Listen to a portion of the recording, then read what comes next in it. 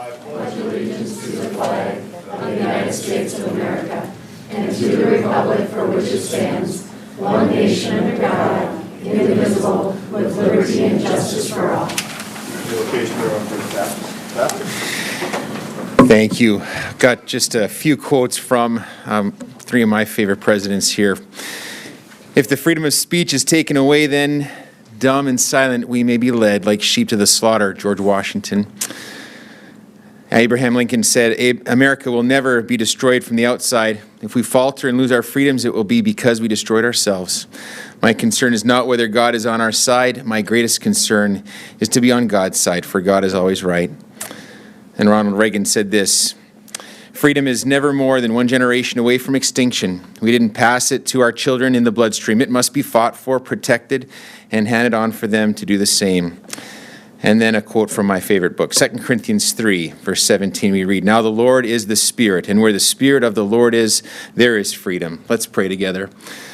Lord, we come before you this evening thankful for another opportunity to gather here. And Lord, we're asking for your direction. We continue to pray your blessing upon this city of Mitchell, this area, this region. We thank you for the leadership you've given to her. And we thank you for the freedom that we celebrate, first of all, in you, and that has been fought for through generations. And it's a treasure we have on this president's birthday, George Washington's birthday, and this long weekend as well. We thank you, Jesus, and pray this in your name. Amen. Thank you. Roll call, please. Charts. Oh, hi. Yes. Smith. Sabers. Here. Rice. Here. Dosher. McCardle. Barrington. Allen. Here.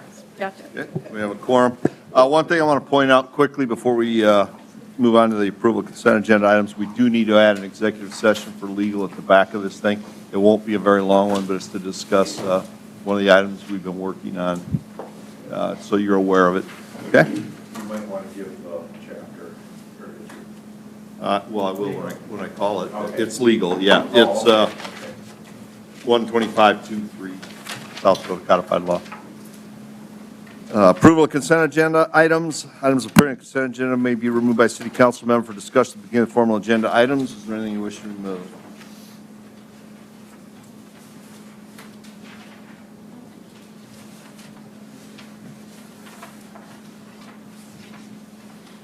Entertain. We'll go through the sales tax figures, Stephanie.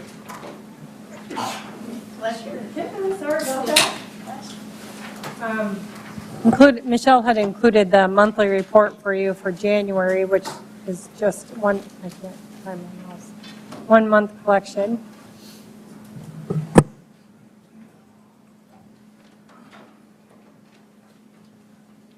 So this would be your first and second penny. Where's your, I can't even see that far away.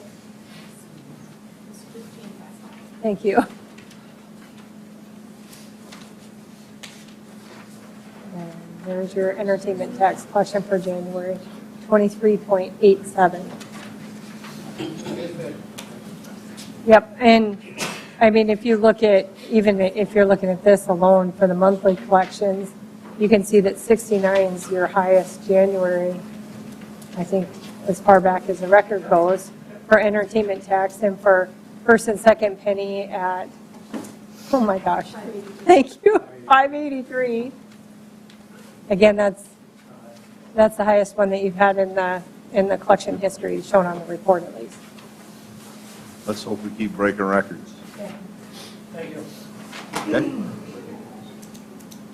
One question, Michelle, I see the audit came in for 2020.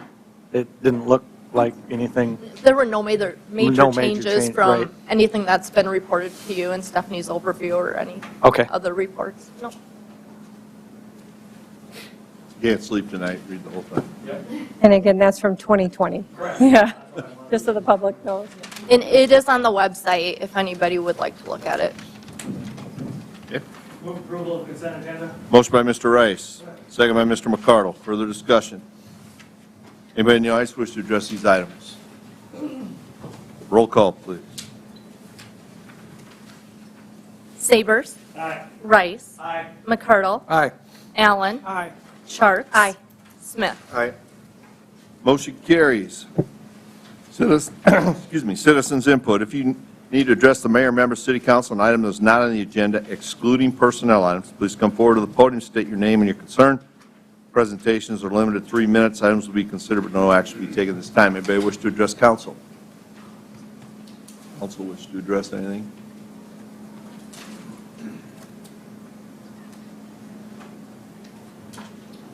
Okay. Board of Adjustment, entertain a motion for City Council recess, Citizens Board of Adjustment. So moved. Motion by Mr. Allen, second by Mr. Rice. Discussion? All those in favor of the motion signify by saying aye. Aye. Opposed, nay. Motion carried. Hearing and action on application for Gold Key Properties LLC. Gold Key Properties LLC has applied for a variance permit for a front yard variance of 23 feet versus 25 feet to construct a duplex located at 707 South Davison Street, legally described as Lot 55 of Overlook Addition, City of Mitchell, Davidson County. The said property is zoned R3 medium density residential. Mr. Barrington, welcome. Mr. Jenigas, you're up. Mayor and Council, Planning Commission recommended approval of this 6-0 with one absent. There was one letter that was against it in the packet that you received. They had concerns that there wasn't enough room for the duplex. During discussion, it was discussed that this is actually a double lot, not a single lot, so there are 3 dwelling units on the whole parcel. So they meet the width minimum of 100 feet. They're not over lot size coverage. It'll be a duplex that has an attached double garage to it. The reason they're asking for the front yard instead of the rear yard, the alley access is tighter than what the front is, and there's extra parking on the street for it. It'll be a slab on grade. Drainage will be going to the road for the gutters. Applicant is here if you have any questions for them or if you have any more questions for me. Mark, what do you mean that what do you mean by the lot size and that there are 3 So buildings on it? by DOE standards, it is lot 55 and lot 56 are the 2 lots that are there. They're combined into one parcel for tax purposes and for building purposes for one location. That's where the confusion came from Planning Commission. Anybody that has dual parcels can go down to DOE, ask them to put it as, dual lots or triple lots can go down to ask DOE to put it into one. Like what you approved last meeting for out at the island, the 2 lots that were platted separately, those will be combined into one so they can build across the lot line there, as long as there's no easements that are on that. This is R3, so it allows multi-density. Yeah, so, but like in the picture, you've got just the blue Just the blue, highlighted yep, area? Yep, it should go down to the building below as well. Okay, Yep. I didn't understand that, Yep. thanks.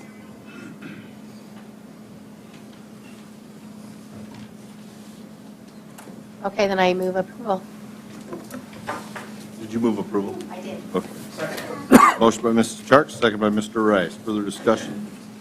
I just want to note that I sit on the Mitchell Area Development Corp., and we're taking a look at some inlet lots in Mitchell to try to encourage more housing. And so I'm glad the Bathkeys are grabbing a hold of this particular lot and making some family living, because we all know housing is a shortage. And so I know it's only 1 and 2, I guess, with the duplex, but it's a little bit better than where we were yesterday if we vote in favor of this.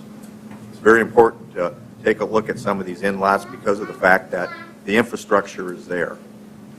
And so we're going to hear a little bit more about the Development Corp. Getting a committee put together and starting to identify some other lots in town. And I don't know, Jerry, if you want to add to that or not. You did beautiful, Jeff. Thank you. Okay. Anybody else wish to address this? All those in favor of the motion signify by saying aye. Aye. Opposed, nay. Motion carried. Excuse me. Hearing and action on application for Rockwell. Nick and Hillary Rockwell have applied for a variance permit for an oversized garage and accessory building combination of 4,560 square feet versus 2,000 square feet, and a maximum height for the accessory building 27 feet versus 22 feet, located at 5213 Fiala Road, legally described as Lot 4, Fiala's Addition, the northwest quarter of Section 4, Township 103 North, Range 60 West of the 5th Prime Meridian, Davidson County, South Dakota. Said property is zoned RL. Jenigas. Mayor and Council, Planning Commission recommended approval of this 6-0 with one absent. In your packet, there were 2 letters that were for it. There were 9 non-responses for that. Discussion during was City Ordinance 1045 D2 states a building can't be built before the house, before the house and materials shall be consistent with residential construction and comparable to the neighborhood. There are a couple steel buildings out there. There are also a couple sided buildings with shingles. I had some neighbors that came in with concerns for that portion of it, but as long as it meets building regulations, they'll be able to do it. This is a combination of the attached garage and the shed out to the back of it. The shed is going to be about, I think it's 600 and some feet off of the road. There were concerns about that, but it's pushed very far back. Nick has said that he will build both of them at the same time, get his footings in the ground and work on both as materials come in for each of them. I have no other comments for it. He is here if you have any questions for him at all. Move to approve. Second. Motion by Mr. Allen, second by Mr. Savers. Further discussion? Anybody in the audience wish to address this one? Okay. All those in favor of the motion signify by saying aye. Aye. Opposed, nay. Motion carried. Hearing any action on application of Erica Zilla. Erica Zilla has applied for conditional use permit to operate a child care family residential located in 1105 Chalkstone Drive, legally described as Lot 4, Block 4, Northridge Park Subdivision, City of Mitchell, Davis County, South Dakota. Said real property is owned R1 single family. Gianna, guess. Mayor and Council, Planning Commission recommended approval of this 4-2 with one absent. They did recommend approval with the 3 usual conditions that go with it. They have passed a fire inspection already. The applicant moved to this resident about a month or so ago, and when they were moving, they applied for the conditional use. They forgot that they had asked for that when they were moving, so that's why they have been operating there for a few weeks. She's had a daycare for about 14 years already. The letters that you received in the packet, there were 5 that were against it with concerns for safety conditions. There were 9 non-responses from that. There were also 5 emails that were sent to all of you with the packet, and since that has been published, I've received 12 more, which you have all received, but in order for you to talk about them at all, it would be Bullocks, Gray, Luther, Giblin, Elwine, Baldwin, Auk, Looning, Payne, Sperlich, and Schoenfelder, which sent 2 of them. So concerns there were traffic, for safety of the children there, for signage, speed limits, things like that. I did some looking for the number of daycares that the state has listed. There are 25 in the state, 9 of those, excuse me, not in the state, in the city of Mitchell. 9 of those that are registered with the state are MB, First Lutheran, something like that. Since 2018, the city of Mitchell has approved 26 daycares. Not all of those are still in operation right now, but that's how many since 18 have been approved. The applicant is here if you have any other questions for her, or you have any questions for me. I was in that neighborhood this weekend, Sunday afternoon, and I talked to one guy who happened to be out working in his yard, and he had 2 concerns. First of all, she was running the daycare without a license. You spoke about that, that's fine. And the second one was that the snow, when it does snow and we get a lot of snow, they don't go all the way up to the curb, and that's what their concern was, that it would be farther away from the curb from where they should be parking to let off the kids. And that's, if you could mention that to Kevin about that, Joe, concerns of one of the neighbors that I talked to, and other than that, I'm fine. She does have a really large driveway that she can pull in. Yeah, I watched the Planning Commission meeting and then talked to John Bilsher afterwards. And one of the things they talked about during that was that there's plenty of room in the driveway where kids can be picked up and dropped off in the driveway.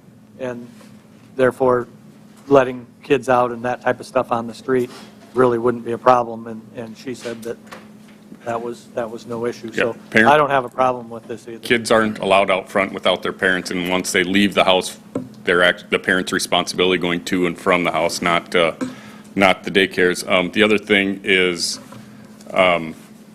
signage for in that area. If you were to put up signs for a daycare, it's actually a reverse thinking for everybody. Everybody thinks you put up a sign, it's going to slow everybody down. people don't think about the sign. They actually think, okay, I don't have to go faster, or I don't have to pay attention to that and heed that because the kids are thinking there's a sign. Statistics show signs don't work for something like that. Would there be any consideration to put just a slow children at play kind of sign in that neighborhood? So those aren't necessarily regulated signs, so we try not to put those up unless they're specifically requested by a certain entity. And like Mark's saying, statistics show that those signs don't technically work as far as slowing people down and such. Joe, since we're right in the middle of the master transportation plan, can we at least add this neighborhood as one of our discussion points when we talk with them again? Yep, we can have them look back at our traffic counts from, I believe it's the cell phone data, to see what kind of traffic that has been seeing the last few years. I looked at that heat map, and it doesn't look any different than any of the surrounding streets, but we could at least, I mean, we're right in the middle of a transportation study, which is supposed to address these specific type of issues. And it would be good to look at it. And the accidents aren't any higher or lower in that area from, neighborhoods of similar areas. And we're not changing where people can park, where people can pull into.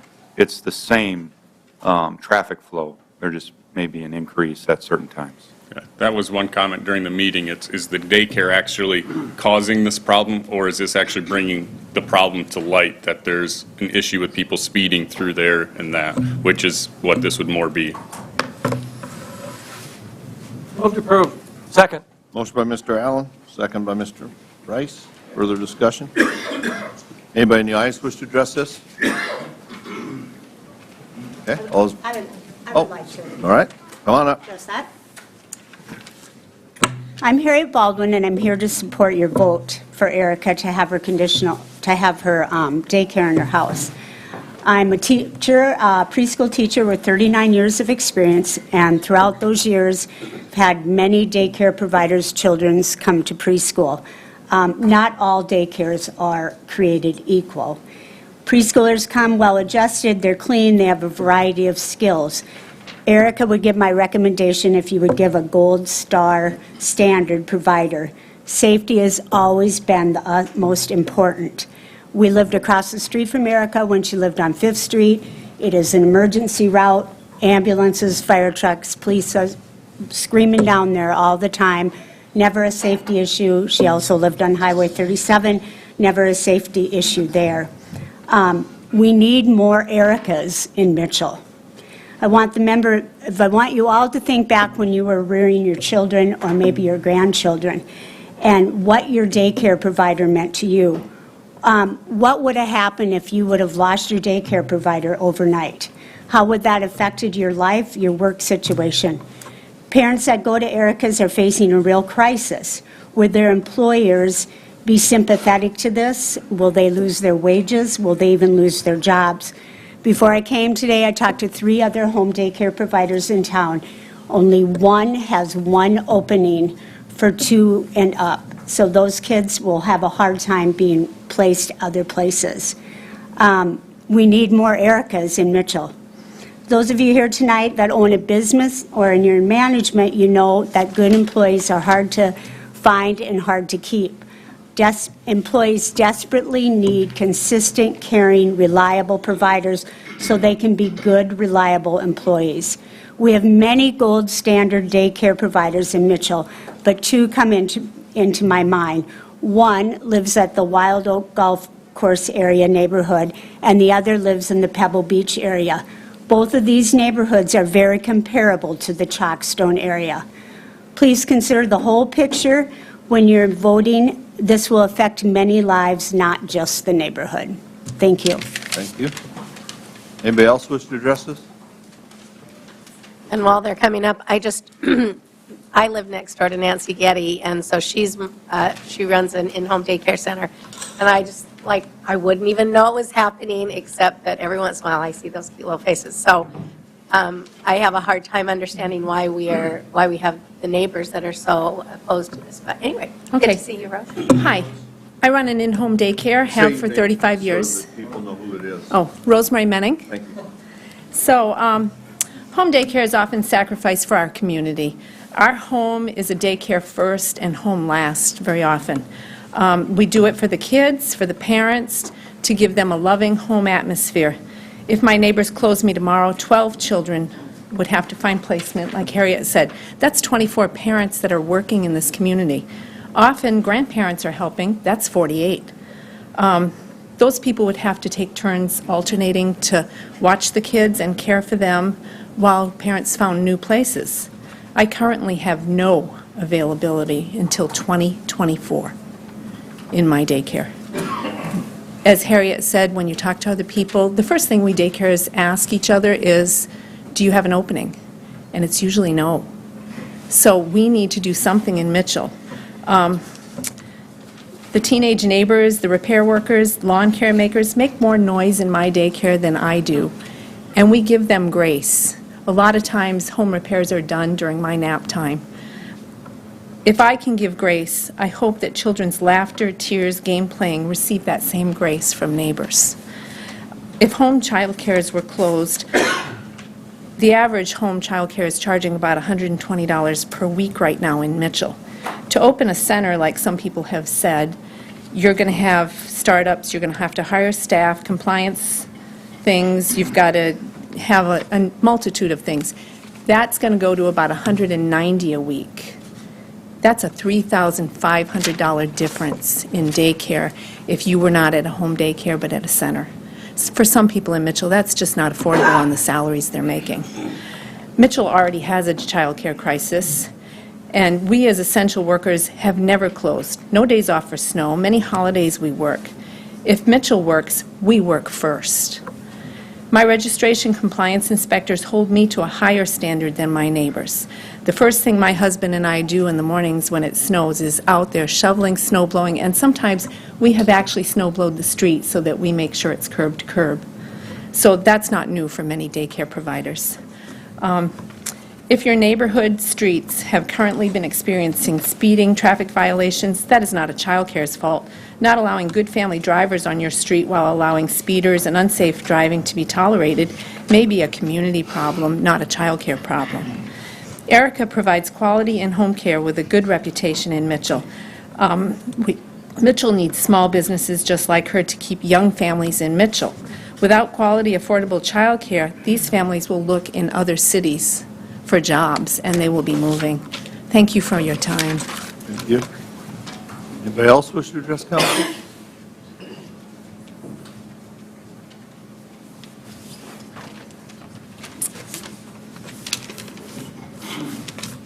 My name is Abby Carmody. In December of 2021, myself, my husband Zach, and our friends Tyler and Caitlin Ladd moved our families back to Mitchell.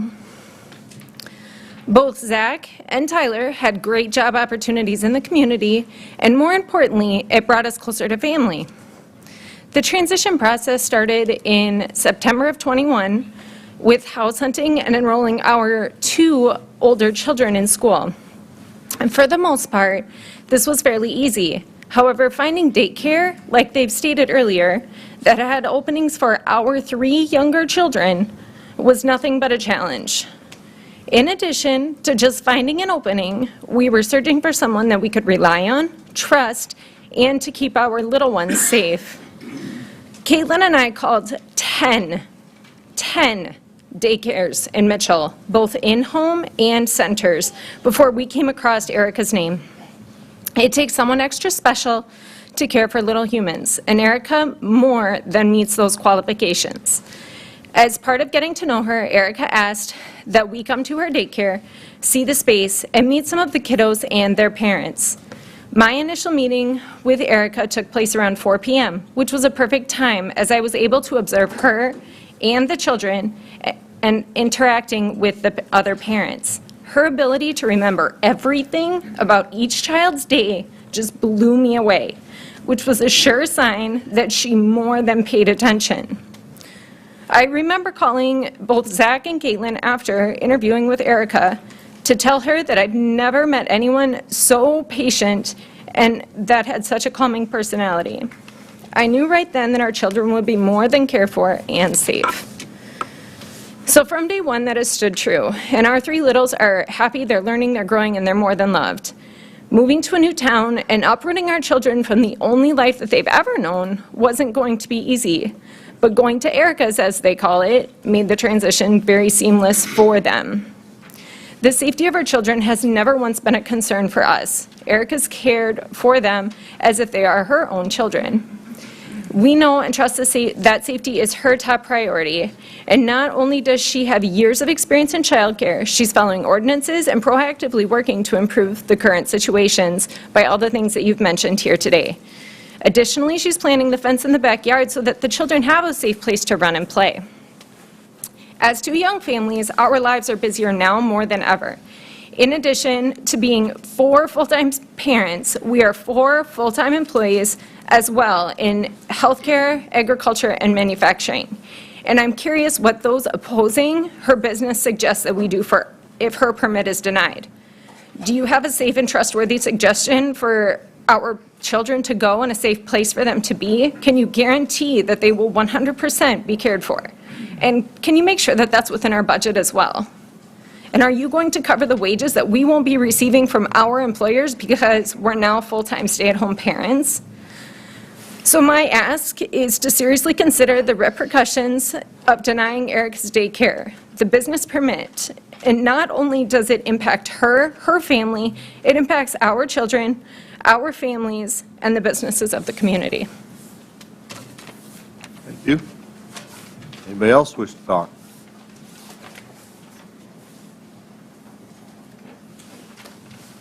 Just making sure he's not coming up to the podium.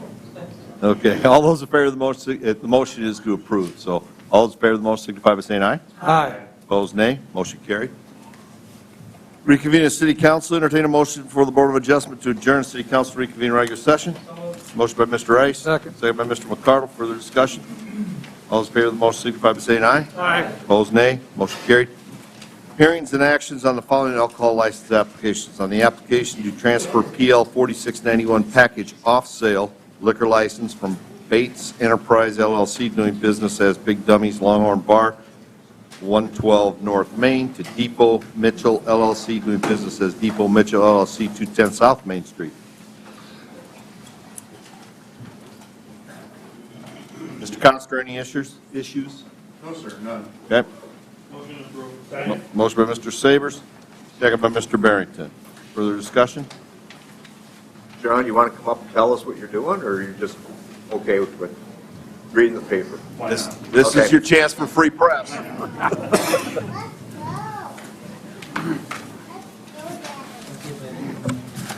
John Foster with the Depot. We are just doing packaged liquor to allow ourselves to get into the bourbon craze.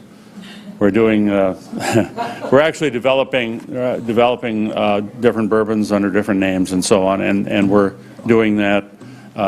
We've already done one, but we don't have a way to sell it off-sale package, like a bottle at a time or whatever. So we're just doing that, and we're going to be developing more, and we don't want to get into necessarily the big time bunch of packages going out and that kind of thing. This is select product that we're developing under our name. So with different bottlers that can do that kind of thing for us. So you walk in the building and there's a big cask right in front. That's the first one we did. So we're actually getting casks and we're doing that kind of thing. So that's basically why we needed the liquor license or the package license, so we could actually sell bottles of the product and so on. And it's actually, the way I think of it is kind of a little bit safer because people are taking it home and consuming it then as well. So it's I think it's a really good deal for us, and we're looking forward to developing new and different products with that license. So that's why it is. That's why we did it. So that's it. Okay. Thank you. Thank you, John. Thank you. Okay, we have a motion and a second to approve. Anybody else wish to address this? Okay, all those for the motion, about saying aye. Opposed, nay. Motion carried. An application of Bates Enterprise LLC doing business as Big Dummies, 112 North Main, for a a new retail on-off sale malt beverage South Dakota farm wine, does not include video audio. Mr. Coster? No concern, sir.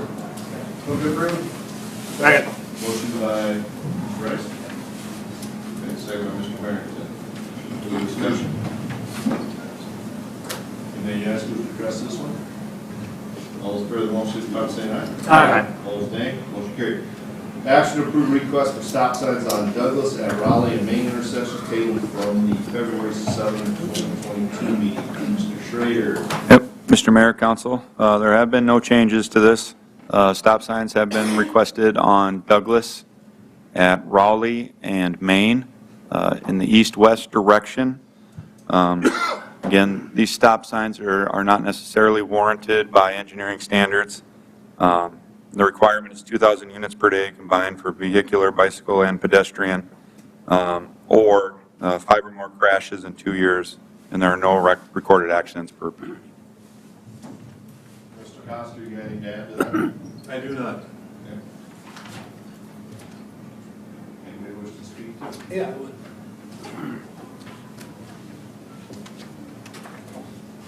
Dustin Long from Mitchell. I live on the corner, or actually my race shop is on the corner on the big white building to the north there. Well, this is all about a safety issue for the children. So if slow down signs don't work, and I'm there picking my kids up 3 days a week, so I see the traffic going by, and I'm there every day. So there would be no harm, all good, by having stop signs here. If you go 1 block to the southeast, used to be the worst intersection in town. Stop signs stopped all crashes.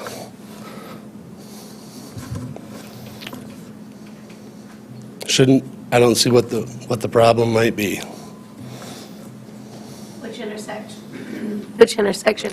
Right there. Yep. That would be Main and Elm? No, not Elm. Maybe it is Elm. Main and Elm. Used to be a terrible intersection. Crashes all the time. They put 2 stop signs up. Well, there's 2 yield signs, and I grew up on the other corner from across that street, so I've lived there my whole life. It's a terrible intersection. Something needs to be done before somebody gets killed. Let's fix this problem before we go, oh shit, we should have done that before. That's all I have to say. Thank you. What's the parking situation for athletics facility? What, do they have a? They have parking lot? They have parking to the north. They have a parking lot to the west of their new building's not on there. But the overflow goes into my parking lot, which is I'm totally good with. But cars driving by don't slow down. Little kids walking across the street. I mean, it's a problem. Let's fix the problem before it's a real problem. Can our transportation study address this? I'd say at this point, it's a little late to look at it, but we could ask. Technically, our traffic counts are over, and they're into the processing of data stage, and not to say that we couldn't ask. We did talk about this when we sold the building to Core Athletics, and I said at that time, the only thing that may need to be added is the stop signs. And they said, and you guys said, well, let's talk about it in a year. Well, I think that was 2 years ago. It's time to do something. Thank you.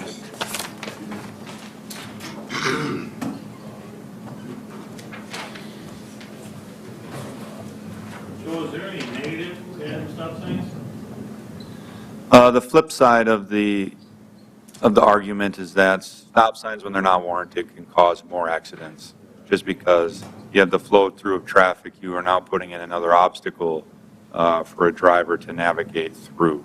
So I mean, there's always the argument to the other side of the story. I can tell you where they are out of my house. People stop and then I have a they need you to get to the next stop sign. So I have a request for microphones to be turned on. They're not able to hear you, Mayor, and Dan. I Sorry. got turned off. Sorry. Hey, thank you.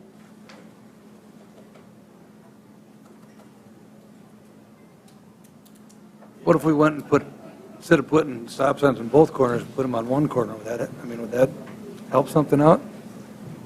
It's kind of foolish to have one here and one here. The real problem is on the east-west street, which would be Douglas. Between the two buildings? Between yours and the other one? No, would be, if you put it, there would be a stop sign before you went up the hill to the east, and then one at the bottom of the hill. There you go. See, West Douglas right there, that's that, how do I say it? That's a big hill right there where it goes down. Yeah. And I'd be good with that. We just need something. There's 2 yield signs on the Northwest Street. That's all there is.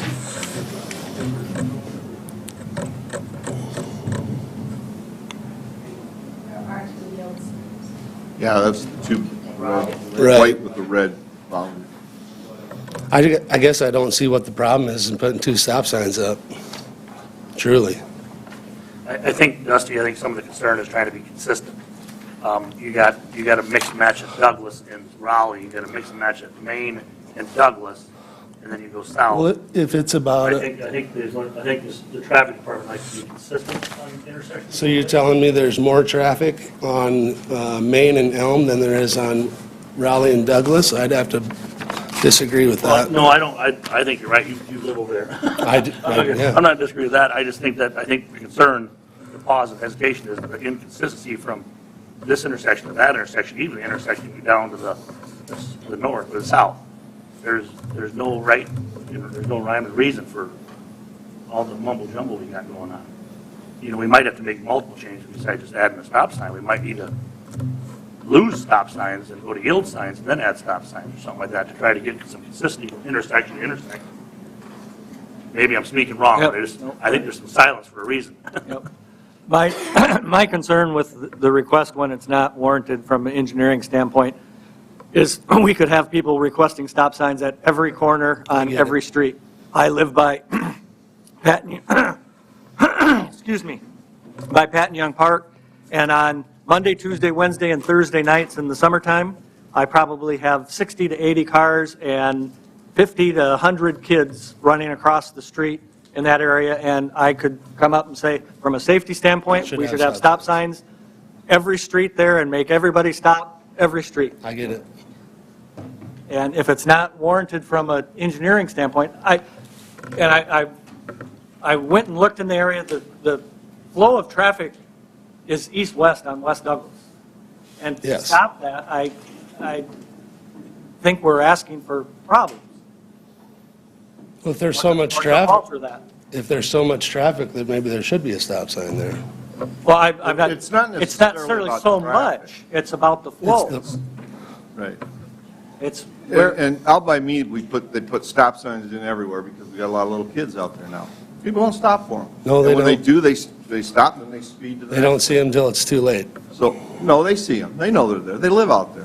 The people that live They, there, they just don't stop for them, yeah, okay? So, Correct. and then when they get to it, if the ones that do stop, they speed to the next one. yeah. So what have you solved? Really nothing. All I'm trying to solve is a little kid from getting run over. That's the reason we're here. So that's another thing to think of in the back of your head when you take your vote. Thank you. But there's a reason we go through engineering studies and look at these from an engineering standpoint. What council wants. I will move to deny the placement of the stop signs at these locations. Okay, motion by Mr. Rice to deny. Second. Second by Mr. Smith. Further discussion? Anybody else in the audience wish to address this? Okay. All those in favor of the motion signify by saying aye. Aye. Opposed, nay? Nay. Okay, roll call, please. Sabers. Nay. Rice. Aye. Dosher. Oh, it's not here. McCardle. Nay. Barrington. Aye. Allen. Aye. Sharps. Aye. Smith. Aye. Motion to deny carries. Action to approve Raleigh and Norway Shared Use Path Project Utility and Right-of-Way Certificates, project number 2020-23. Mr. Schrader. Mr. Mayor, Council, this is more of a technicality for the DOT, basically just identifying that any utilities affected shall be moved at the city's expense and that no right-of-way acquisitions were required for the project. All temporary and permanent easements will be obtained by the city by the time the project proceeds. So we are asking to give the mayor permission to sign these permits.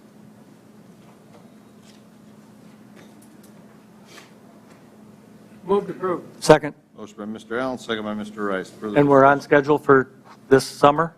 The plans are being reviewed by the DOT currently. So we're close. Okay, and so along Norway, so all those power lines, do those have to be moved? Is that what part of this is? No. No, so it will, We're able to keep them where they're at. We acquired permanent easements to move the sidewalk up on private property. up on the hill a little? up- Yep, up- on the okay. majority of the project. It just works out nicer, and the property owner is willing to give us that property for Okay. use of the sidewalk. Actually, it works out really well in the design. Okay. Further discussion? Anybody in the audience wish to address this? All those in favor of the motion signify by saying aye. Aye. Opposed, nay. Motion carried. Action to award bid for Foster Street Bridge, Big Preservation and PCC Pavement VRF 36610020-1. I'll let you read the rest of the number. Project 2021-2. Mr. Mayor, Council. Bids were opened on February 9th in City Hall Council Chambers at 1:30. 3 bids were received. The low bid being from BX Civil Construction at $685,000. The bid tabulation is attached in your packet. Eric Brunny with Bros Engineering, who was the design engineer, recommends approval to BX Civil Construction. We ask that the award is contingent on approval from the South Dakota Department of Transportation, and we recommend awarding the project to BX Civil Construction and a cost of $685,000. And the project is within budget. That's a rarity anymore. Take it while we can. Move to approve BX Civil Construction. Motion by Mr. Rice, second by Mrs. Jerks. Further discussion? Anybody in the audience wish to address this? All those in favor of the motion signify by saying aye. Aye. Opposed, nay. Motion carried. Action to approve Resolution R 2022-06, Bridge Reinspection Program with SDDOT and to hire Bros Engineering. Mr. Schrader. Yep. Mr. Mayor, Council, this is our annual bridge inspection. DOT pays 80%, city pays 20%. We have been using Bros Engineering for numerous years, and this is a reason why we got the Foster Big Grant. Bros was a part of that and part of this annual inspection. This year we have 4 bridges on the list. Those listed in front of you: Canal Bridge, Burr Street at Dry Run Creek, West End Bridge over Firesteel Creek, and Minnesota Street at Dry Run Creek. And we ask that you approve Bros Engineering to complete those inspections. Move to approve. Motion by Mr. Allen, second by Mr. McCardle. Further discussion? Anybody in the audience wish to address this? All those in favor of the motion signify by saying aye. Aye. Opposed, nay. Motion carried. First reading on ordinance 020-2202, rezoning of block 12, excluding south 395 feet of the north 490 feet of the west, 231 feet of Morning View addition in the southeast quarter, section 28, Township 103 North, Range 60 West, 5th Primary Indian, City of Mitchell, Davis County, South Dakota, from urban development to industrial. Mr. Jennings. Mayor and Council, Planning Commission recommended approval of this 6-0 with 1 absent. You did have 1 letter for denial in the packet. We did receive 1 more from one of the neighbors for disapproval. They were requesting more information and a privacy fence be put around. They can request a privacy fence be put in at the expense of the developer. If you remember, Beshan had to do that over at his place over on Minnesota and 8th there. Discussion during commission was that he will be moving his place of business from 968 North Omen down to this. He'll be building off-site houses houses to be built off-site, or to be moved off-site, and then bring in, he's a wholesaler as well. So this is industrial. AKG to the west is industrial, 4B's fencing to the east is industrial as well, so it's not spot zoning at all. Applicant is here if you have any questions for him at all.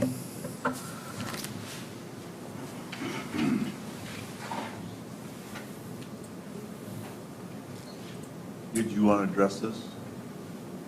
Anybody else? Does anybody else want to address this other than the applicant?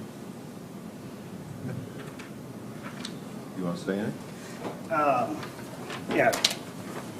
Jeremy Jensen, owner of the property, and we will be moving my construction business down there.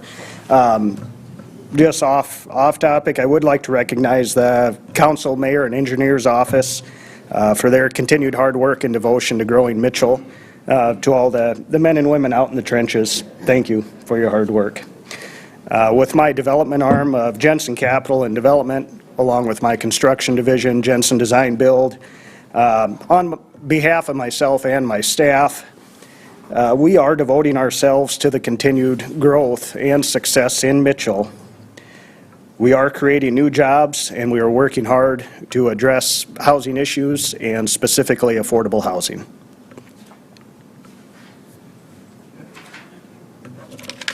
Thank you. Any questions of Mr. Smith? Yeah. The comment of a privacy fence, is that within the realm of your thinking? Yeah, we will be doing something to separate your property? Yeah. We do pride ourselves on cleanliness of our current property and construction sites and thereof. So we will be doing something that looks nice to the neighbors and trying to be a good neighbor in general with the existing properties out there. Our current property is located, we're just upgrading to where we're at now. It's right along the interstate, just south of the interstate by AKG there. Yeah. I'll move to approve. Motion by Mr. Rice. Second. Second by Mr. Sabers. Further discussion? Anybody else wish to address this? Yes, this is first reading. All those in favor of the motion signify by saying aye. Aye. Opposed, nay. Motion carried. First reading on ordinance O-2022-04, amending the election wards of the city of Mitchell. Mr. Johnson, this one's yours, isn't it? I'll take the first crack at it here. So this is a process that we've got to go through after every census. So this is using the recent 2020 data and divvying up those wards to make the populations consistent among the wards. Not a whole lot has changed if you kind of compare the maps. There's just a couple of extra jogs in each of the lines going east-west and north-south. So there's very few areas that would be changing wards. All of the wards keep their same number. All the sitting council members would stay within their existing wards. And I guess unless there's any questions about how that's done, it's basically just splitting up the city into quarters.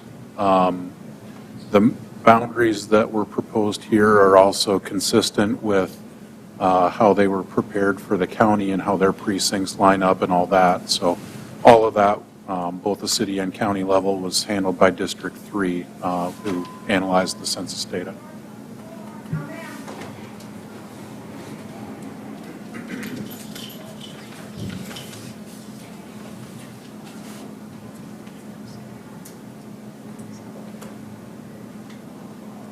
Move to approve. Yeah. Motion by Mrs. Charles. Second. Second by Mr. Rice. Further discussion? I was going to say that. Yes, first reading. Anybody in the audience wish to address this? All those in favor of the motion signify by saying aye. Aye. Opposed, nay. Motion carried. Entertain a motion to go into executive session in accordance with South Dakota Codified Law 125-23, legal. Motion by Mr. McCardle, second by Mr. Rice. Further discussion? All those in favor of the motion signify by saying aye. Aye. Opposed, nay. Motion carried. There will be no action after executive.